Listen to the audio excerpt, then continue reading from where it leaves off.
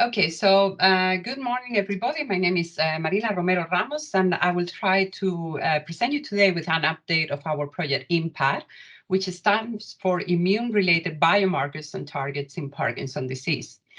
This is a project in collaboration between Per Borhammar in the Aarhus University Hospital, two groups in Aarhus University with Jørgen Kjems in the Natural Science Faculty and myself in the Health Faculty, and with the company Lundbeck with Karina Fogg and Casper Rose as team members.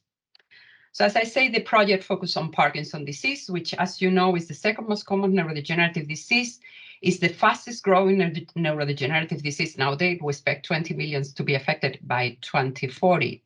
We don't know the cause of the disease. Also, we know that 10% of our patients show some type of genetic defect associated to the disease.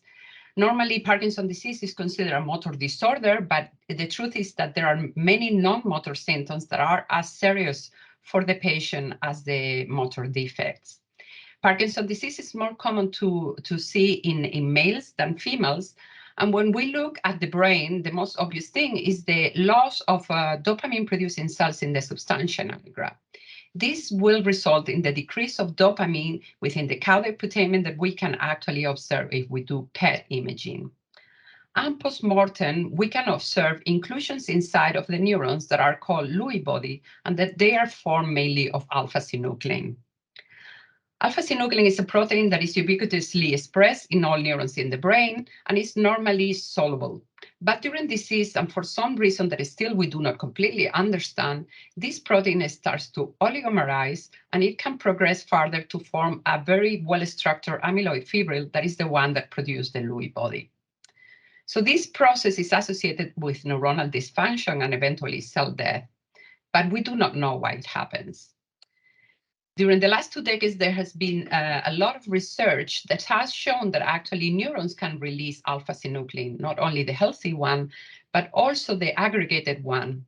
And this aggregated alpha-synuclein can be uptaken by neighboring healthy neurons, and there it will act as a seed and will promote aggregation. And therefore, there is a spreading of the pathology and the disease throughout the brain. So as I say, we do not really know how this aggregation starts, but it's proposed that maybe this starts in nerve endings of those neurons that are exposed to the exterior. For example, the vagus nerve endings in the digestive tube or your olfactory nerve in your nose. They are exposed to toxins, inflammation, and stress, and if the alpha-synuclein gets aggregated, then will enter in these small nuclei within the brain, and with time, it will progress and spread throughout the brain. So besides this alpha-synuclein aggregation, a common finding in the brains of Parkinsonian patients is inflammation.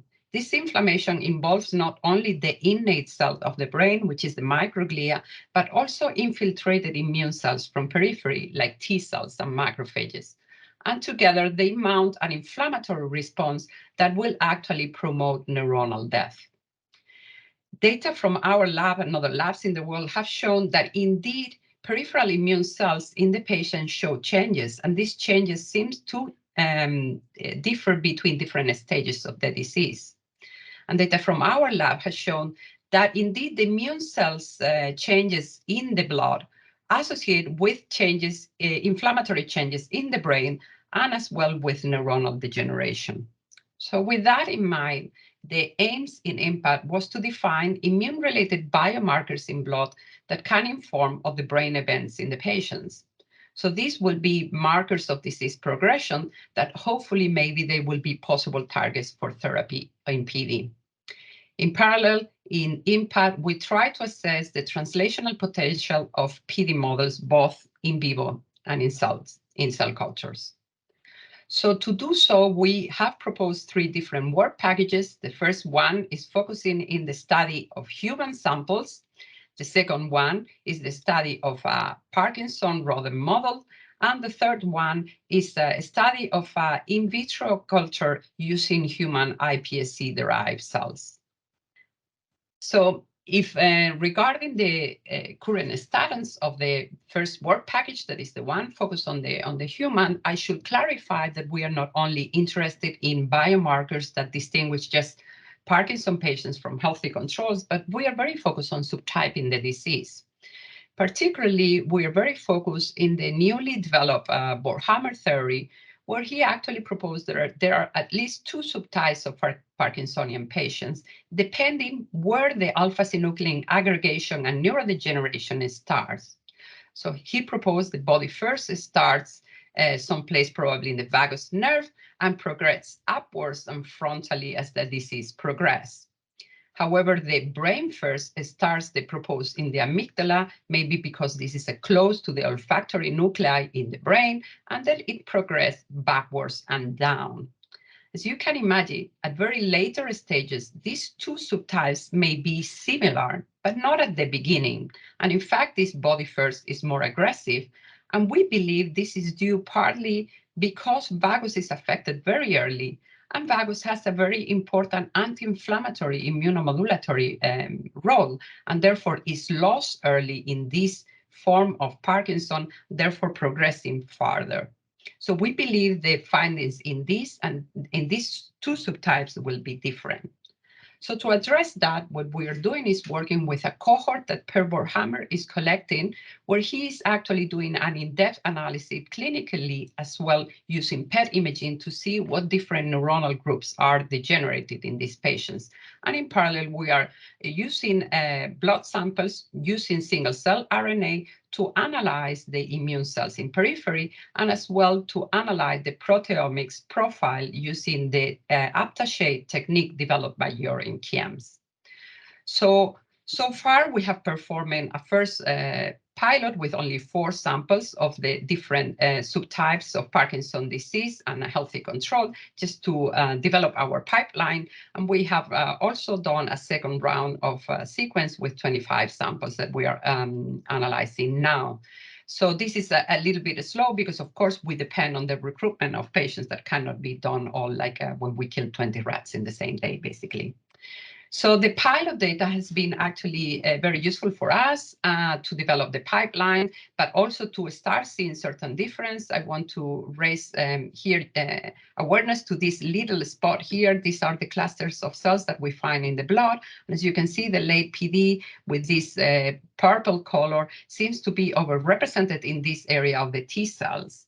And when we have done T cell receptor analysis, we have confirmed that in this case, the late PD has this cluster over here, which is effector memory T cell that seems to be overrepresented compared with the healthy controls.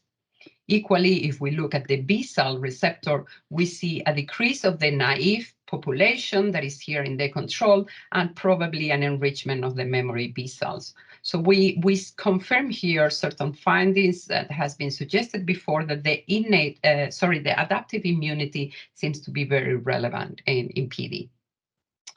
With regard to the proteomics approach, we are using the aptache, which is a method for profiling biomarkers in biofluids that has been developed by the Kiems group. This technique is based on the use of RNA probes that can be used to detect different proteins, even the structure of the proteins in biosamples. Using a high number of these aptamers, they can later apply next generation sequencing and machine learning approaches to discriminate between disease and healthy, hopefully even between different subtypes. And if we are successful of finding a good biomarker, then we can actually purify and identify this biomarker later on. So this is actually will be started in January. We have been enough samples to collect the first round of training. So we will start that in January 23. With respect to the second work package, this is focusing actually on animal model of the disease. This animal model is based on injections in the brain of aggregated alpha-synuclein that, as I tell you, then it will be uptaken by healthy neurons and it will create their pathology and therefore disease. We have actually 2 control groups, the absolute control that is just vehicle, and what we have decided to call a healthy control, which is actually injections of alpha-synuclein soluble in the same amount as in this injection. So the model follows the same pattern that we have used in the human, where we actually collect the cells, in this case in the brain, and this will include the microglia in the brain, but also any infiltrated cell that comes to the brain. And then in parallel, we are collecting plasma to do aftershave, and then we are collecting different tissues to analyze other cells. So we have done 2 time points. 2 months is an early neurodegeneration, and 6 months a more advanced with a significant cell death in the brain. The 2 months has been sequenced, and the 6 months is currently being sequenced. So this is actually the clustering that from the 2 months data. Here is the microglia and macrophages. And one very interesting thing that we're very excited about is that we found that not only the control groups are separated from our experimental model, is that actually gender has become a very important variable, with the immune response different in male and female. And this is actually confirming data from different labs in the world, including ours, where we show actually that the immune changes in male and female suffering of Parkinson's disease is different. If we actually do a pathway analysis on those genes that are overrepresented in our Parkinson model, we can find that they are related to leukocyte-mediated immunity and tumor necrosis factor, inflammation, and antigen presentation, which are all factors that have been shown to promote disease in animal models. On the other hand, if we select those genes that are lower within our model, we can see that those related to protein folding and response to stress and autophagy, they are actually downregulated, and that those are processes that we know they enhance neuronal survival in models. Regarding the aftershave, we have done only 1 trial so far with the 2 months points, and we don't have really very clear data. We can see a clear separation between an absolute control, the PBS, and the healthy monomeric. However, our PD model samples are a little bit scattered all over the place, and this may be different things. It may be that there were too few samples, or that basically at 2 months, our peripheral response is still not very well developed. We can notice as well this second level of variation that is introduced by the sex. And when we look at the response to the monomeric injections, and I remind you the injections is in the brain, but this is in blood, we can see a significant difference between male and females. So this actually confirms the fact that gender is important. The third work package is the one that is being developed in Lundbeck. It's focused on the use of iPSC cellular models. And what we want to see is that if these cellular techniques or cultures can actually model what we found in the humans. So what Kaspar and Karina are doing is actually differentiated the iPSC into innate cells in the blood, like macrophages, or innate cells in the brain, microglia, and expose them to aggregated alpha-synuclein, or in the case of microglia, exposed to conditioned media of neurons that where alpha-synuclein pathology has been created.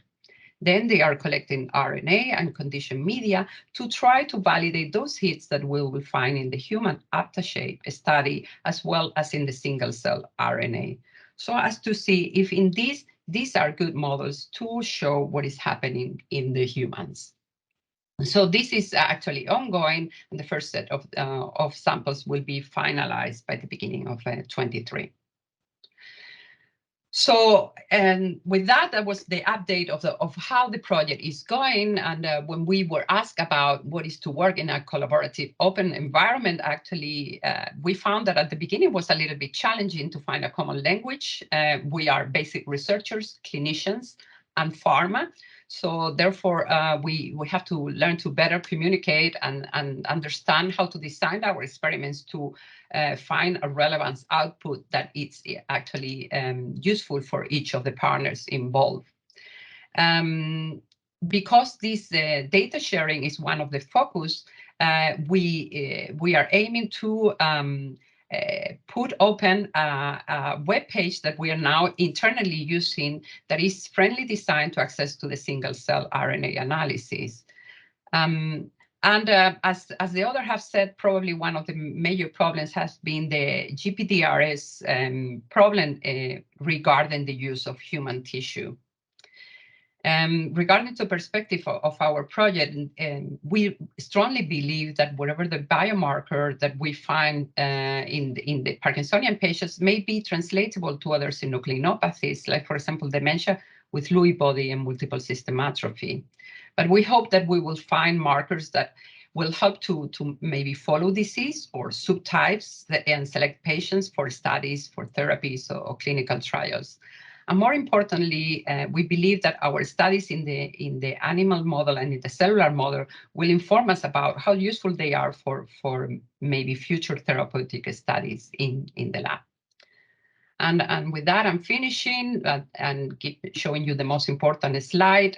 This is only possible because of the joint effort between the initial partners and the two new partners that came later, Ling Ling and Soren Dine, and of course the members of all the teams involved in the study. Thank you so much.